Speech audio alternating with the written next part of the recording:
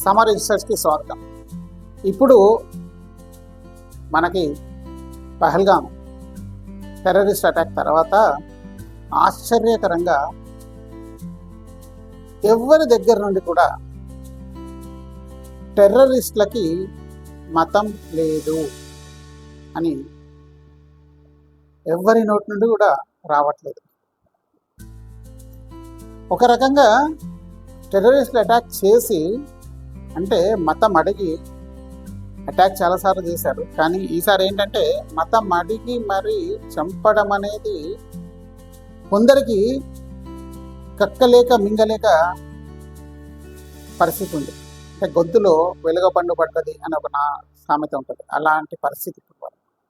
ఎందుకంటే టెర్రరిస్టులను సపోర్ట్ చేసి మాట్లాడలేరు, టెర్రరిస్టులకు మతం లేదు అని సపోర్ట్ చేయలేరు, సాఫ్రాన్ టెర్రరిజం అని అనలేరు. ఇవన్నీ ఇంతకుముందు నడిచాయి వాళ్ళ నాటకాలను. ఇప్పుడు ఆ గేమ్ అయిపోయింది. కానీ కొంతమంది తట్టుకోలేక ఇప్పుడు కూడా బయటపడ్డారు. అఖిలేష్ యాదవ్ టీవీ మీడియా ముందు ఆయన ఏమన్నారంటే టెర్రరిస్ట్కి మతం లేదు, ఏ ధర్మం లేదు అని అన్నారు. ధర్మం ఎందుకు లేదండి అఖిలేష్ గారు? వాళ్ళ ధర్మం వాళ్ళకు ఉంది కదా.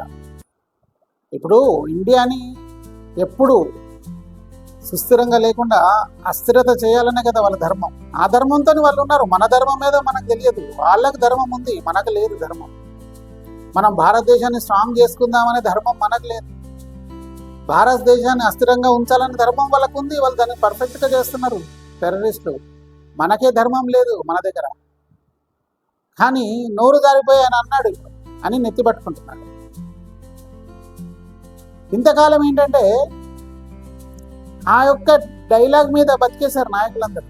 టెర్రరిస్టులకు ధర్మం లేదు, టెర్రరిస్టులకు మతం లేదు, టెర్రరిస్టులకు మతం లేదని. ఇప్పుడు ఆ మాట అనకుండా టెర్రరిస్టులు ఏం చేశారంటే నీ పేరేంటి, నీ మతం ఏంటి, నువ్వు కల్మా చదువు అని మరీ ప్యాంటు మరీ విప్పి చెక్ చేసి మరీ చంపారు. ఇప్పుడు టెర్రరిస్టులకు మతం లేదంటే ఒకవేళ అనాలంటే వీళ్ళకి నాలుక మడత పడుతుంది, నాలుక. అందుకే ఇప్పుడు ఓవైసీ చూసారా, మొత్తం మారిపోయి పాకిస్తాన్ వాళ్ళని చంపేయాలి, నరికేయాలి, పొడిచేయాలి, దున్నేయాలి అని మాట్లాడుతున్నారు. ఒకవేళ టెర్రరిస్టుల డైలాగ్ చెప్పకుండా ఉంటే, ఆ మాట అనకుండా ఉంటే అందరి దగ్గర నుంచి మళ్ళీ అదే వచ్చేది. బీజేపీ వాళ్ళు కావాలని చెప్పేసేసి జనాలను చంపేసేసి దాన్ని ఇప్పుడు వచ్చే ఎలక్షన్స్లకు వాడుకుందాం అనుకుంటున్నారు. ఇప్పుడు వచ్చే స్టేట్ ఎలక్షన్స్లో ఏ స్టేట్లలో ఎలక్షన్ జరుగుతున్నా ఆ స్టేట్లో ఎలక్షన్ల కొరకు వాడుకుందాం అనుకుంటున్నారు అనేవాళ్ళు. కానీ పాపం టెర్రరిస్టులు వాళ్ళకి ఆ అవకాశం లేకుండా చేశారు. సాఫ్రాన్ టెర్రరిజం అనేదానికి వాళ్ళకి మాట రావట్లేదు, గొంతు పెగలట్లేదు.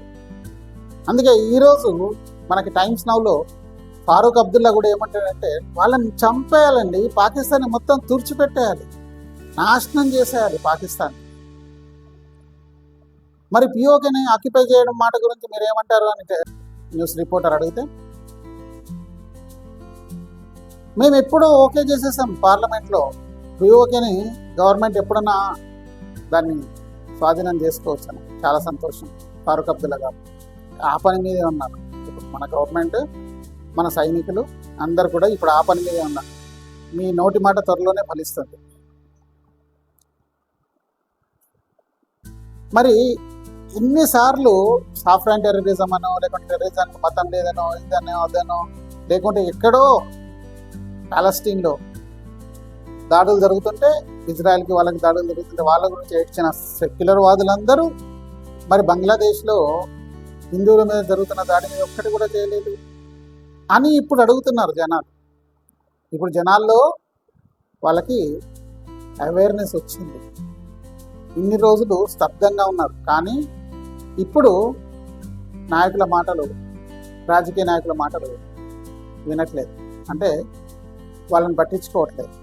ఒకవేళ వాళ్ళు ఏదైనా మాట అంటే దానికి ఎగ్నెస్ట్గా సోషల్ మీడియా చాలా స్ట్రాంగ్ అయిపోయింది కాబట్టి ఇప్పుడు వెంటనే దాని కౌంటర్ అటాక్స్ వస్తున్నాయి.